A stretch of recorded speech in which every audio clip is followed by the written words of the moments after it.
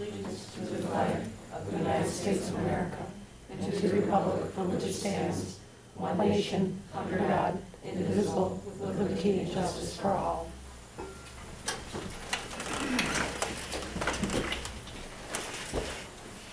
Okay, so as we start this meeting, we have a motion, initially to begin the meeting. Sorry about that, we probably should have done that even before the pledge. A motion to get the meeting started? A second? Second. Okay. Can I have a motion to approve the agenda? So moved. A second? Second. Do you want to jump in from there, or should we keep going? All in favor? Oh, all in favor, I'm sorry. Aye. Opposed? Sorry about that. Okay, we do have some changes in personnel. Before we have a motion on that, can I defer to you for a little? Why don't you do the motion first, and Do the then motion we'll, first? after the motion's on the table, we'll talk about it. Okay, motion that approval is given to the personnel items on B1, which are in the, elaborated on the back. We will talk more about that. Can I have the motion in order first? So moved. Second. All in favor? No, not yet, not yet. Oh, we have to do that over discussion. I don't know, my Discuss, sorry. it has me so discombobulated, I'm sorry. At the last meeting, we accepted the resignation of our middle school assistant principal. If you recall, Keith Kranick, he resigned at the last meeting. We looked at letting him go early so he could start his job. His future place of employment wanted him in place very soon. So we, at this point, have been out without an assistant principal at the middle school for approximately 1 week because we did let Keith go early. We discussed at the last meeting that we'd be looking to fill that position internally from someone who is certified internally, and then also fill a position of that individual as quickly as possible. So tonight we have 3 items on the personnel agenda. The first one is a leave of absence for John Kringle, who is a social studies teacher at the high school. We're looking for that leave of absence to extend from December 7th, which is tomorrow, through June 30th of 2012. We're also then looking to appoint John as the acting assistant principal at the middle school as a teacher on special assignment. So John will serve from tomorrow through June 30th of 2012. John has been with Hamburg Central School for approximately 9 years, 9 to 10 years. I think that's right, John, is that correct? How long have you been with us? 6 and a half, okay. Over 6 years with us. And we're looking to have John, who is certified as administrator, fill the position as acting principal, replacing Keith Kranick for the remainder of the year.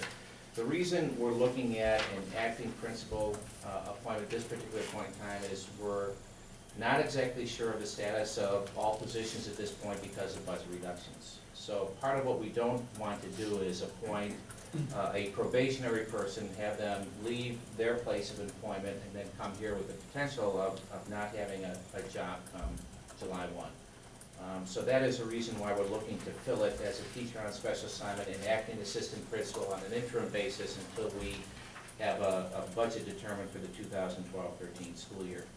In addition to that, you see the appointment of Matthew Moscato.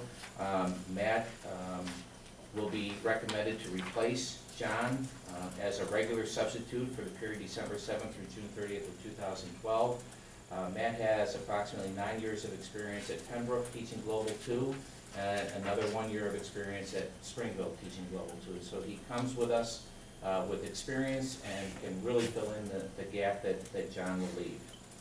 So that's the recommended personnel changes. I'd be happy to answer any questions that you may have.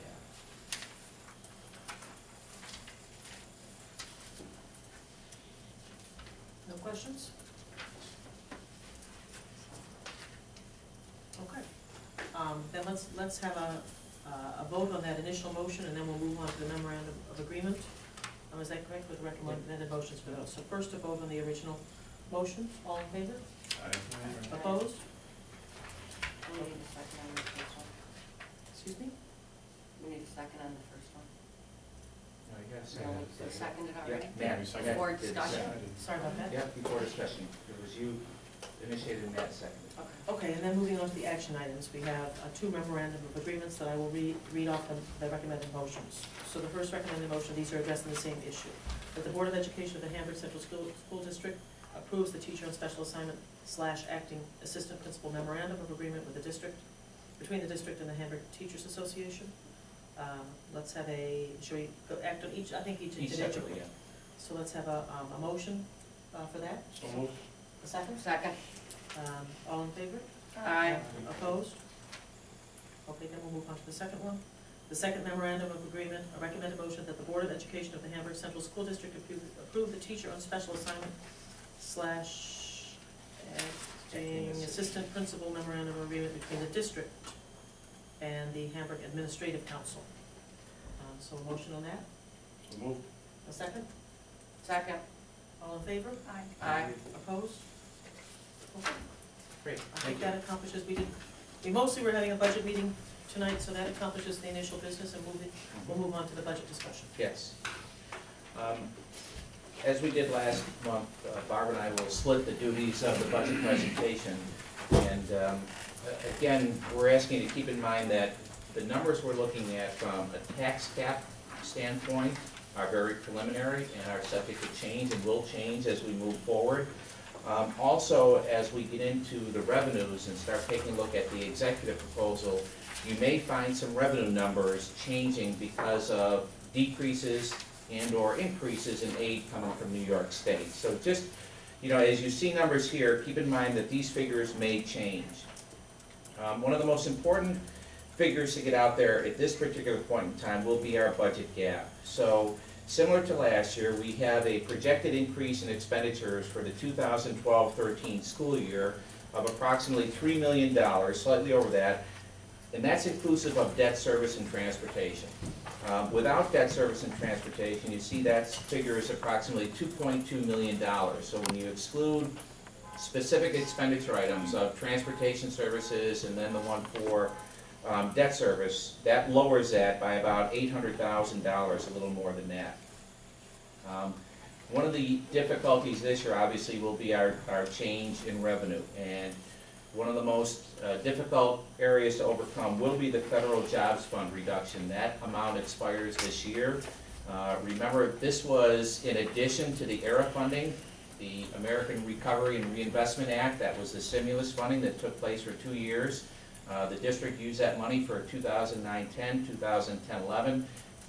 Excuse me, we had the option of using Jobs Fund for 2010-11 or 2011-12, and what we did is extend the jobs money into this year, so the reduction between the 2011-12 and 2009-10 and 2011-12 budget would not be as significant if we had spent that money all in the 2009-10 school year. But that is a reduction of almost $1.2 million, and that, and as it states, Jobs Fund was meant to support jobs, to teacher jobs, so that's what the money was spent for. So it is a significant loss for the district. Again, the property tax levy, according to the figures we have now, will be approximately $649,000 in revenue that we can bring in. So when you do the net calculations, we have slightly over $3.5 million budget gap that we have to close in terms of looking at a 2012-13 budget. At the same time last year, this was approximately the same budget gap we had last year when we were moving into the initial projections. So it's something that we had last year, very similar. The one thing we don't have moving into next year that we had last year is the tax cap limiting the revenue that we can generate on our side. So if we're looking at the tax cap levy staying where it is, what we have to do is decrease our expenditures or appropriations by approximately $520,000. So we're looking at putting a budget that would be less than the budget, putting a budget in place for 2012-13 that is less than the budget that's in place currently. Last year, keep in mind, we had an expenditure increase of about $1.3 million. And then we had a levy increase of approximately $2 million to offset that. Remember, about 6.45% was our levy increase last year. So important to note, conditions are significantly different this year than they were last year. As we talked about at the last meeting, there is a provision that does allow you to go over the 2% tax cap if it's approved by 60% of the voters. As we move through the budget process, we'll have discussion on that and look at, you know, the pros and cons of an expenditure budget looking at being approved that would exceed the tax cap limitations. As we talked about last year as well, looking at our fund balance, looking at how we continue to develop and utilize the fund balance. Barb will have a fund balance projection for you at our January meeting, and that will show you where we stand in terms of, and I know the names have changed, Barb, in terms of it. I'm used to saying appropriated and unappropriated, and what do they call them at this point? I'm sorry? Designated. Designated and undesignated. Thank you. And then looking at reduction strategies that will generate short and long-term savings. Here are the anticipated, and you don't have this one, I added this slide after the pieces were printed up, but here are the financial factors that are generating the increase in cost. So you have our employee salary increases based on contracts, health insurance increases, which this year was 8.5%. We're not exactly, that is a very low percentage as compared to what happens in the community. Not certain where that will go. We'll have more figures or better figures come the springtime. And again, that rate goes into effect July 1 of 2012 with any increase. Retirement system contribution increases continue to rise at a pretty significant percentage. The annual increases in contracts and other related services, energy utilization and cost increases associated with energy, and then the contracted services of BOCES and transportation also. Those are really where our expenditure items are going to be generated. As far as strategies to offset our expenditure increases, here is what we'll be looking at. And you know, last year we were looking at staff reductions, and at the elementary level we had some guidelines set in place where we talked about approximately no more than 20 students in kindergarten, 24 in grades 1 through 5. We were looking at strategies for teams at the middle school and looking at reductions at the high school based on class load. So what we're looking at in terms of a $3.5 million deficit at this particular point in time, or budget gap, is a potential increase of class size at the elementary level that will exceed 25. I'll show you some staffing figures in a minute so you can see each building and where that does put it. We're looking at the secondary level, a class load of 120 students or above. At the high school level, the impact of this will be a reduction of potential choices of elective for students, limiting schedules, and we're finding that this year with less staff, it's more difficult to schedule student choices and make sure they get whatever electives and requirements that they need. And it will also put pressure on us to fulfill our requirements that we have in terms of the district, particularly when you look at the Finance Academy, where we've had board requirements for that. So it does pressure us in terms of providing staff and providing coursework for those requirements. Other anticipated strategies to look at will be retirement incentives, and I know we talked last year about retirement incentives are effective only when they're offered sporadically. As we look at the gap, a retirement incentive would certainly help again offset reductions in staff. So that's a strategy we'll take a look at once again. Looking at a reduction in department and building budgets, and again, I think we are very, very tight in those budgets. To reduce those further will be extremely difficult. It means shortages of just some basic supplies at this point that we won't be able to have. Looking at freezing spending on new technology, we have that currently in place for the 2011-12 school year. And we talked about this last year as well, evaluate the UPK program regarding location. In my conversations with Mr. Fisher, I'm not exactly sure if that will provide any transportation savings, but that's what we're looking to do from that perspective, is to look at some transportation savings in the pre-K program. We'll look at studying that further and update you as we move through that. Other strategies, quantify the cost of modified sports and other athletics. So again, we'll be reviewing the athletic program. One of the areas we'll look at from the athletic program and what other districts are doing as well is looking at what town programs are available for students, particularly at the modified level, that can really supplant our program and offer students and offer kids and athletes a good program, but it's at a town or village level. We are looking at negotiating a wage freeze for all employees. That item is on the table with all units. Again, analyze the fund balance to see where we can be cost effective and utilize any funds for budgetary purposes. Continue to analyze our transportation costs, particularly looking at the starting and ending of the school day, and apply for available competitive grants, one of which Greg Davis is working on at this particular point in time, which is an approximate $600,000 grant for 3 years, totaling $1.8 million. Let me get into some of the staffing with you.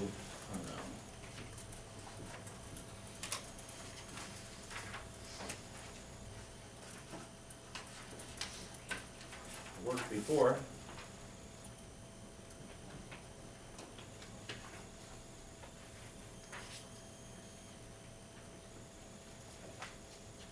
Steve, when it comes to things like the modified sports, you know, which just I mean, a lot of these things hit a raw nerve for everyone. We're sort of anticipating that the likelihood is lots of school districts won't have modified sports, so the modified teams won't have anybody to play anyways. Right.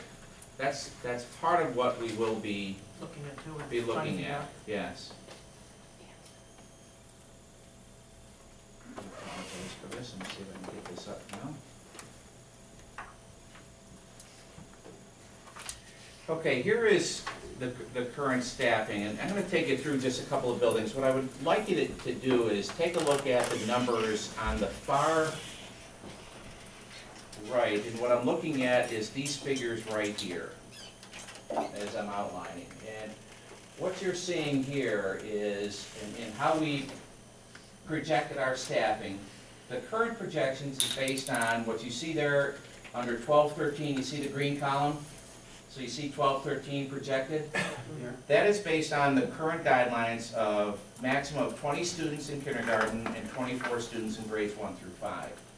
So you can see at Armour Elementary, we're looking at 69 students as projected for kindergarten.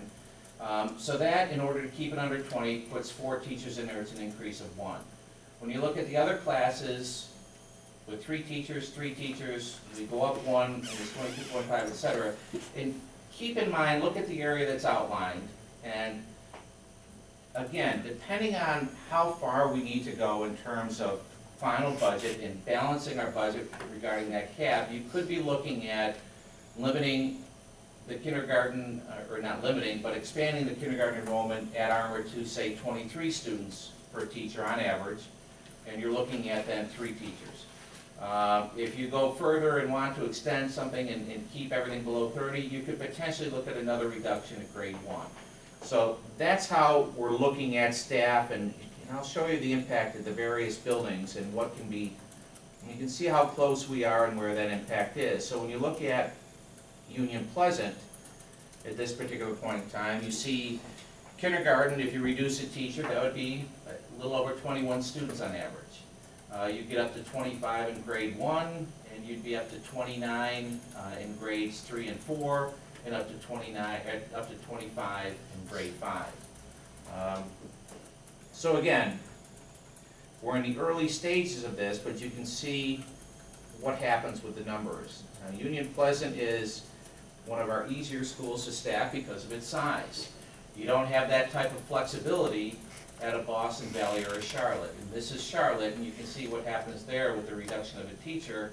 And keep in mind, you're talking currently only 2 teachers per grade level at each one of those grades. So you see the impact of a reduction of 1.0 FTE and what that does. So very hard to staff. Numbers at Charlotte, you know, when you look at grade 4, that gets a little light. Now, again, one of the options that we can have is looking at some boundaries and making some potential boundary changes, or allowing parents on a volunteer basis to change schools for their students. We can look at some options in terms of how our boundaries are associated with that. Again, Boston Valley, because of its size, perhaps kindergarten, maybe one of those areas that you go, and if you reduce a teacher, that would be 22 students per class, which is, you know, where we are in some of our situations currently based on some overages that we've talked about before. So you can see where those reductions possibly could take place. Steve, I have Sure. one question about making changes here. What are the things we should be thinking about in terms of the impact of doing this? Obviously, if we can see a student class that has 17 in it now has 22, okay, so those 17 students aren't able to get the same attention. But are there any other resources that are brought into that equation, like aids or other things that we're not seeing here? Well, I would suggest it in a good budget, then you could supplement, you know, classes with higher class size with aids. But I think as we go through our budget, we're going to be looking at reductions. If we're going to close a $3.5 million gap, that will call for We don't have the reductions. luxury of Right. aided, okay. Right. So, and we see grade 2 here, that would be 47, going from 15.67 students? If you added a teacher, If you added a teacher. and if you took away a teacher, it'd be 47, so it's not, So you right, leave it the way it is. you'd be at 23.5 students per teacher, Okay. if it's left the way it is. Steve, your green and your red, Yes. the green, kindergarten at 3.0 Yes. is designated that probably that would be a place we could take something from automatically. Is that why you have that one green and Well, this one now you're red, or why is that? I have it green because it increases from this year to next year, so it's an addition. I put anything that is an Oh, I addition in see. green, I put anything that's a reduction in red. That's just so I can give a quick review when I go through things. And this is from this year to next year, so automatically we're anticipating, if all were to go well, that we would be adding a kindergarten teacher at this particular school, which Yeah. is Boston Valley. If this were a normal budget, we'd make the recommendation to add a kindergarten teacher and keep our numbers below 20. And that's been the tradition in Hamburg for many years. And with a normal budget, we would be taking away a 4th grade teacher and keeping our numbers at. Right, because you're at 19.5 there, so even under a normal budget, you wouldn't go down to 13 students per class in the 4th grade level. Yeah, got it.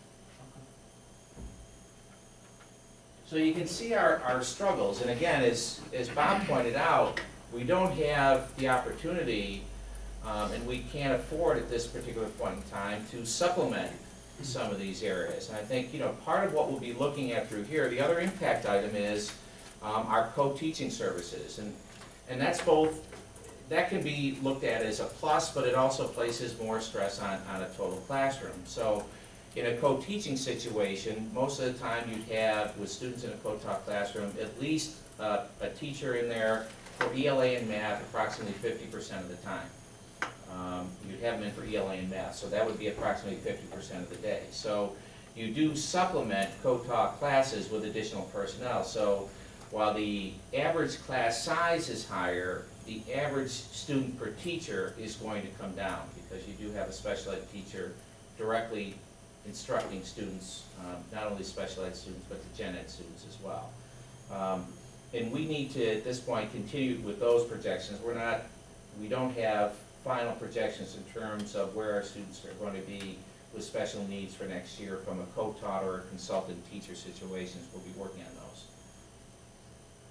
Are there any state limits or any other, I guess, guidelines that we have to follow or can't exceed, or? No, Okay, from a minimum or maximum perspective. right. But realistically thinking, it's probably unrealistic to think 43, 39, 37 kids We per aren't talking class. that. No, we're not. We're talking We're not, talking somewhere. not 20, maybe 28. Is that Yeah. sort of what we're talking, Steve? Well, Yeah.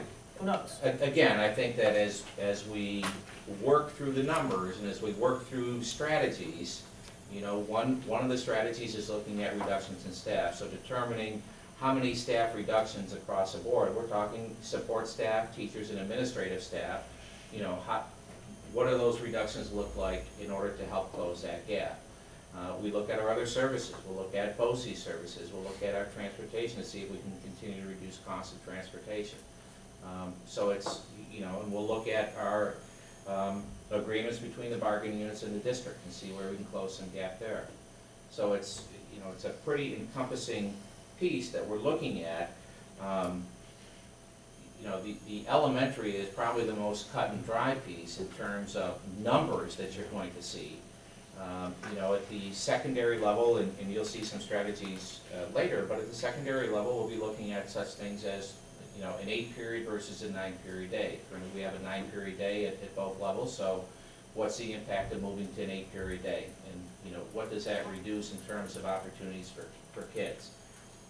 You know, one of the impacts that you have from this year is a reduction in the ability of our counselors to switch schedules of kids. So a lot of kids were locked into schedules when, you know, if we could provide an alternative for music or for one of the other classes, opportunities that they want to have, we were unable to do that in some cases this year.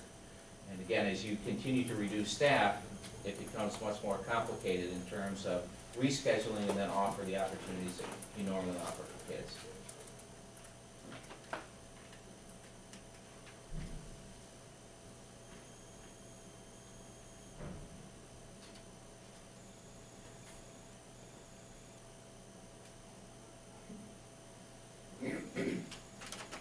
What I'd like to do now is turn it over to Barb and let Barb take us through the debt service, because our debt service is changing. It's important for you to understand where we are with the debt service, particularly as the new project comes onto the books and what's going to take place. This does have an impact on our tax cap as well. So Barb, if you would, please. Sure. I promised you some updated debt service numbers. We do have a financing plan methodology in place now for our new borrowings. You might say, well, geez, I would think maybe you would have done it before we borrowed. But the game changed, as I might have mentioned. I can't recollect, I've said this so many times, I can't forget who I told, but when we borrowed in the past, there was a certain method of receiving aid that followed your borrowing. That generally aid was flowing by the time you had to make a payment, and that has now changed. Any projects that are approved after July 1st, of which almost all of our project is going to be approved after July 1st, short of the Boston Vale and the admin building roofs. The way the aid is going to flow is now very different. It's going to flow basically at the end of the project. So during the project, you're not going to get any aid. Which you think, okay, maybe that's not a big deal because you know you're borrowing money, but you do have to make interest payments, and interest payments on $30-some million is still a pretty good chunk of change just to kind of find. Even within 2 years of being in a bond anticipation note, you have to make a principal reduction, and a lot of projects really aren't quite done in 2 years. And you might be kind of done with the work, but then there's the follow-up with all the paperwork, and the closeout documents, and all of that. So paying for projects now is really going to be very tricky business if it's a big project, which ours is. So we had to really work out a financing methodology to minimize the way we're going to minimize the impact of not having aid follow the project right away. So this looks a little bit different than maybe what you've seen in the past in the budget. I wanted to try to clarify it a little bit, try to make it a little easier to read, make it easier for me to understand too. So the way, when you look in the budget, it's broken out, debt service is broken out by bonds, bond anticipation notes, and revenue anticipation notes. A bond issue is a long-term permanent financing tool. Usually when you start a project, you start with a bond anticipation note. It's a short-term borrowing. It's 12 to 18 months long. Because it's short-term money, the interest rate is good. You go from bond anticipation note to a bond issue. You don't have to do it this way, but a lot of times school districts do, and we did. So I'm getting a little ahead of myself. The bonds that we have outstanding is we have a refunding bond from 2002. A refunding bond basically is just a bond that's been refinanced. Back in '02, all the rates dropped. Every district in the entire universe did refundings. That's when SED changed the way they were going to give you your aid on building aid. So everybody was doing refundings. We did a refunding back in 2002. So that's what the first one is, and like I said, if you look, it's broken out by principal and it's broken out by interest. The next bond issue we have is a $12,470,000 serial bond issue that actually we just took to bonds on July 1st. This was a combination of a bunch of three bond anticipation notes that the district had been floating for several years. It was the old fix-it-up Excel field projects that we finally took to permanent financing. So that's what it shows. So we have principal and we have interest payments on those long-term bonds. Then next, you'll see bond anticipation notes. We have principal and interest. This is where it starts to get a little bit dicey. These are the borrowings that we have to be very careful how we structure, because how you start your borrowing is how you finish your borrowing. There's certain rules that once you start it in a certain manner that you have to follow, and you're kind of stuck with for good or for bad. So our first bond anticipation note, the $4,690,000, was issued on July 1st. That was really not what we call new money. That was a bond anticipation note that we previously had that we just rolled over. So we still have that piece that's from the old project also, still not permanently financed.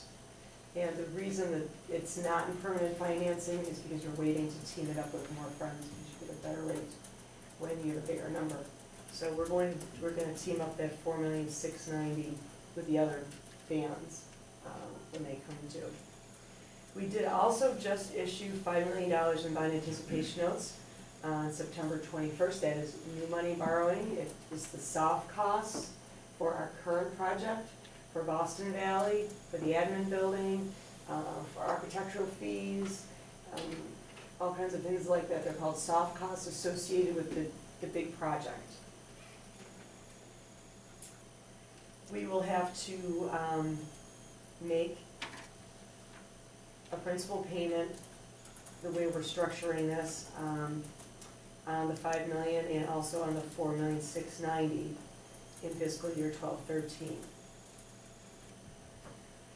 You can see then there's also subsequent interest payments on the 4.69 and the $5 million. And under bond anticipation notes interest, you'll see a third borrowing. We have not borrowed on this yet. This is a projected borrowing in the amount of approximately $10 million. Based on the cash flows that we've been working with the architectural firm with, I'm thinking that's probably the amount we're going to want to borrow. Maybe a little bit less, but I'm budgeting for the $10 million and the subsequent interest payment that'll go with it. We're going to probably issue that. I'm hoping to issue in October, trying to put off that borrowing until then. It's going to be a little tricky because we're going to need that money to pay for some of the costs over the summer, but we're going to see what we can do to eke that out. It's better for us in the long run to borrow a little later into the season. And then we have a revenue anticipation note, which the district has done for several years now. RAN is based on revenue other than taxes, and generally for school districts that's state aid money. So basically in the summer, school districts don't have much money because we don't have state aid coming in for the most part, and we don't have our tax money yet. So if you don't have reserves, it's kind of tight. So the district has borrowed on a RAN for several years, and I'm not certain if we'll need to borrow on a RAN. Probably will. I'm not certain, but I'm going to hedge that we may very well, and therefore I'm going to include it in the projected debt service because you have to pay back a RAN at the end of the 5 months or the 4 months that you borrow. You pay it back. It's very short-term borrowing. As soon as you get your state aid in or your taxes in, you pay it. But of course you have to pay an interest payment. So I'm budgeting an interest payment on the RAN that we may or may not have to do, but my thinking is we probably will. Our debt service is going to be up significantly in 12-13, you'll see. This year, it appears that we're going to expend $2.6 million and change in debt service, principal and interest payments, and in 12-13 we're up somewhere around 3.3. So, we're about $695,000 increase, and that is all attributed to the fact that we went from a ban to a bond issue. We have to make principal reductions that we hadn't had to make in the past, and we're borrowing more money, so our payments are going to go up. What's the amount of that, of the RAN? It says that, it shows us what that's the cost of borrowing, the $31,250, right? Oh, that's the interest, you know what, I didn't, that's my bad, I didn't put it in there, it's $5 million in. I will make that adjustment, I apologize. So That's that, what we've historically borrowed is $5 million. This year we borrowed it on July 1st, we paid it back on November 15th. and that's just to keep, Cash flow, the it's a cash flow. keep the district running when we don't have the revenue coming in from the state aid and from, Right, or from taxes. If we were borrowing against taxes that were receivable, it would be called a tax anticipation note or a TAN. If we were borrowing against state aid or sales tax or something else like that, that's called a RAN, or revenue anticipation note. Do you have a sense, I know that you're new to us, do you have a sense of what this debt service number might have been for 10-11? I mean, if you were looking at 11-12 and 12-13, do you have any idea where we would have been for last year? For the bonds? The total debt service, ballpark potentially? Yes, well, the only thing that was really different in 10-11 is the $5 million. The $5 million that we issued on September 21st. Because the refunding bond issues clearly was there. The serial bonds were banned, but we still had to pay on them, and we were making principal reductions. So that was in there. So the only real new money piece this year in 11-12 was the $5 million that we issued on September 21st. So really, it's not too bad. It's going to start to have a really big jump. I mean, you can't have a $34 million project and not have an increase in debt service.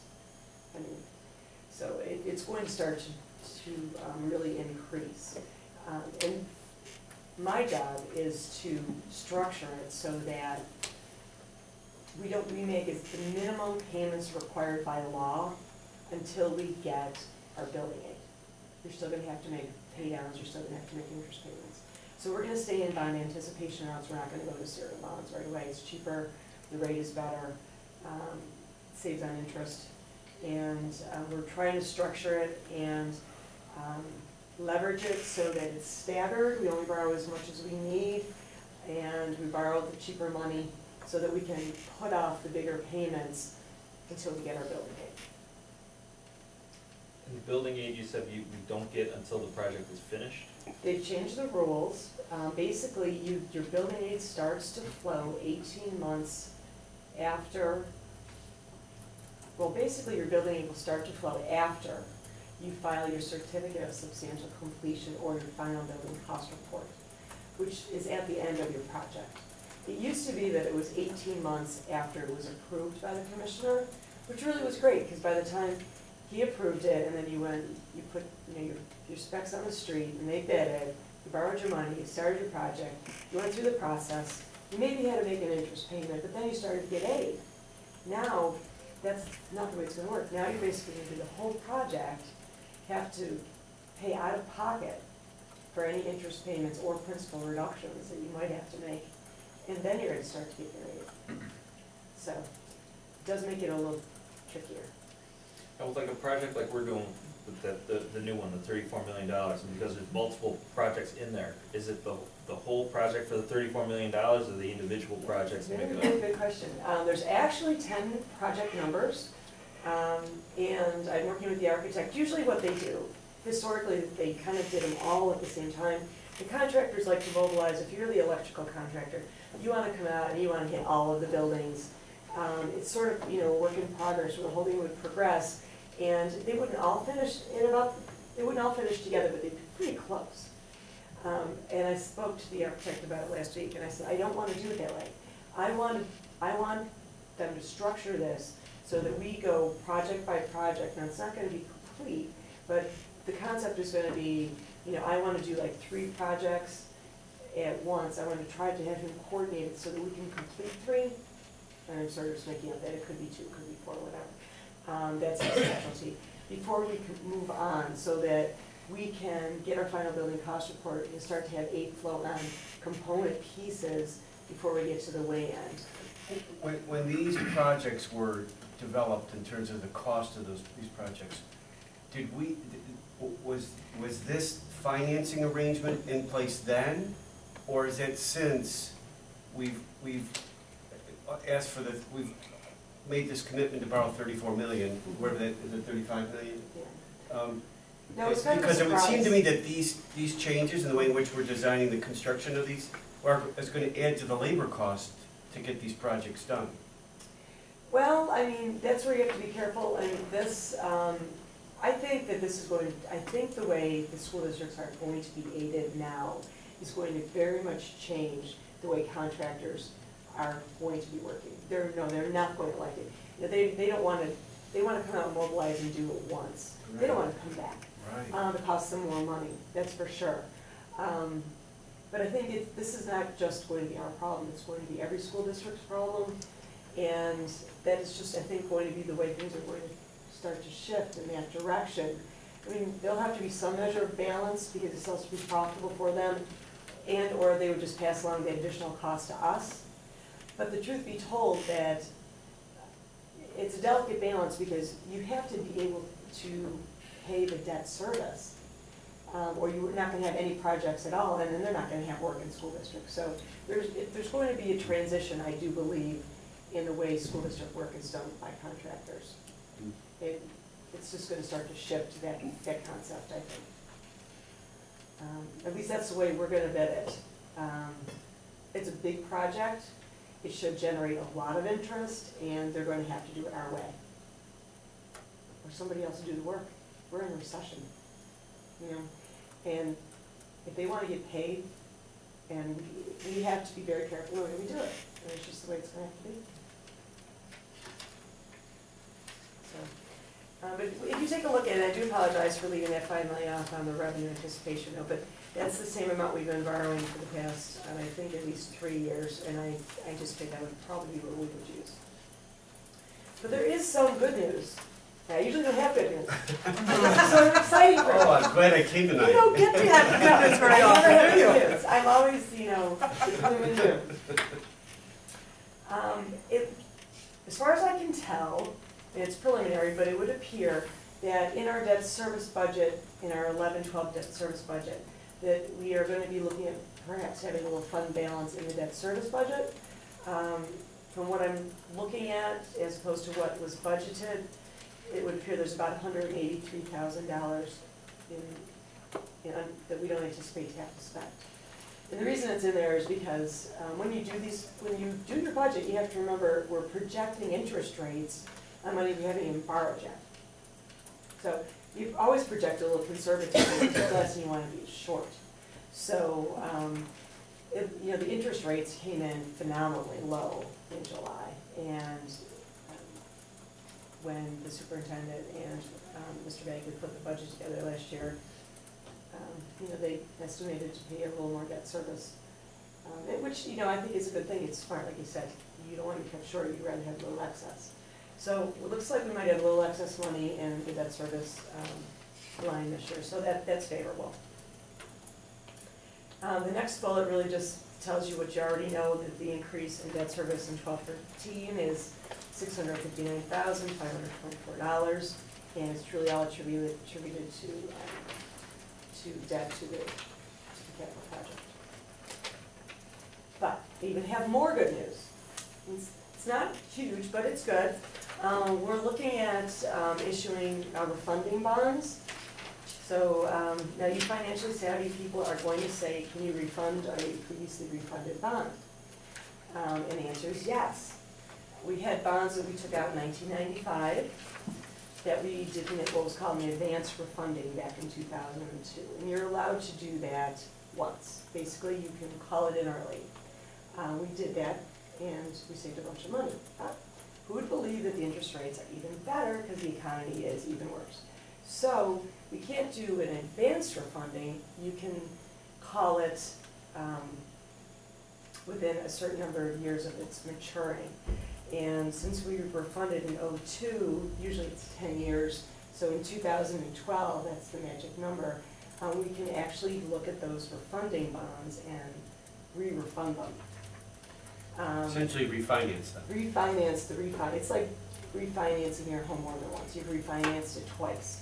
This would be our refinancing our home twice. It's kind of a tricky business, it's very, very contingent on the market and the economy. Our bonds are dated June 30th. You can call them 90 days early, so in March, hypothetically, we could actually refinance these bonds again. Not extending the length of time left on them. There's 5 years, including the year we're in 11-12. But what we're looking at, based on preliminary market projections, would be about a $200,000 savings over those 5 years, including this year. So it's about a $40,000 savings a year. Now, it's not going to save us by any means, but you know, you wouldn't knowingly waste $40,000. So my thinking is, if we don't do it, that's basically what we're doing. We're knowingly wasting the money. So it is contingent completely on the market staying pretty much the way it is now, although nothing indicates an improvement over the next 3 or 4 months. So what we'll probably do in January, or maybe the beginning of February, I'm not certain, we would have to pass an authorizing bond resolution. You have to go through the same steps that you folks have all been through regarding the issuance of bonds, because we really are issuing bonds, even though we're replacing them with bonds we already have. You still have to pass an authorizing bond resolution every 20-day estable period, and then you can proceed. So we'll look at that. We'll probably have you pass the resolution, even if we're not real certain over the market. Because once you pass it, it's good. And say the market rebounds, you know, in February, but it tanks in June, you know, we can still do it. So that's good news. And that's all my good news. Any questions on debt service as an important part of our budget moving into 12-13 and beyond at this point from that expenditure point? And I think I'd like to just, you know, commend Barb for looking at particularly this current project and responding to how state aid is flowing so that we can have that offset of state aid against the expenditures we're putting out.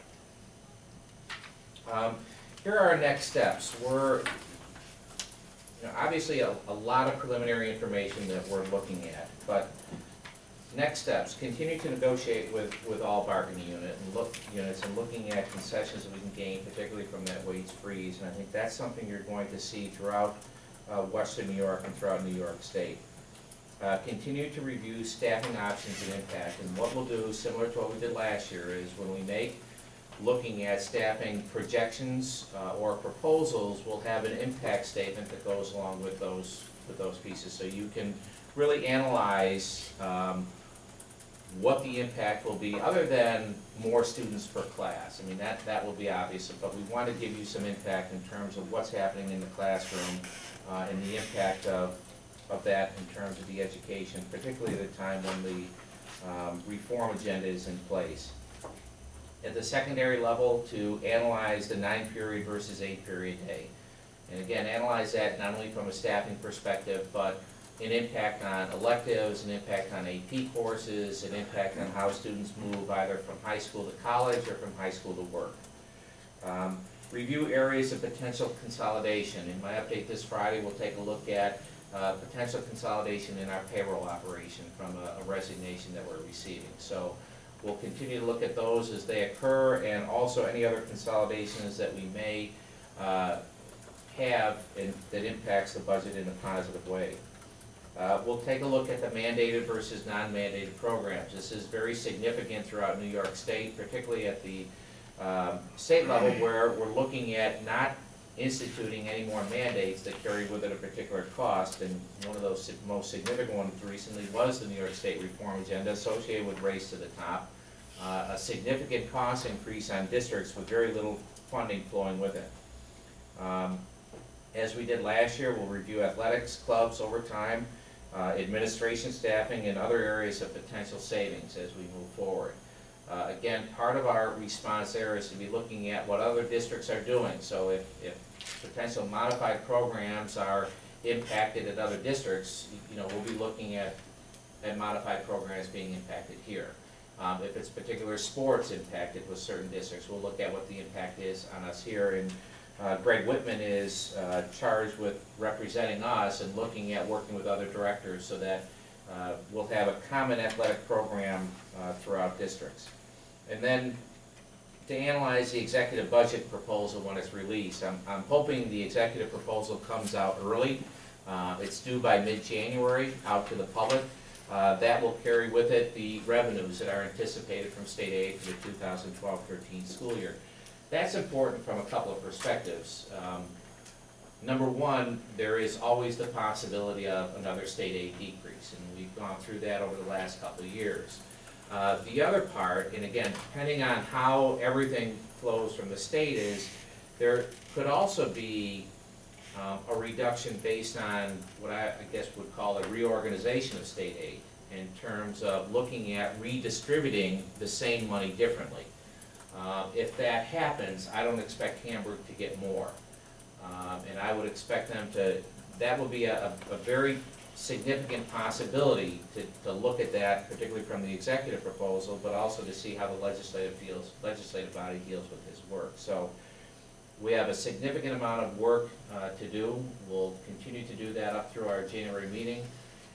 We should be able to provide you with some further updates in terms of where we are closing the budget gap and the impact of those items on it. We're not going to call them proposals at this particular point in time, but we'll look at an analysis of where we are and certain options that may take place based on our current budget proposals. Any questions or anything you'd like to see more of or different? You can, certainly drop me an email or, give me a call if there are certain items you'd like to see or certain analyses you'd like to have done at this point. When did you say, Steve, the executive budget was released? Mid-January, he'll come out with his budgets due, maybe January 18th, 19th. I'd have to go back and look for sure, but it's a mid-January deadline. When you start talking about things like, athletics, clubs, transportation, are we mandated to provide certain things, and if we don't provide it, we can't charge for it? Or are there things that we can look at a pay to play? Yeah. Or is that something that we can start, not necessarily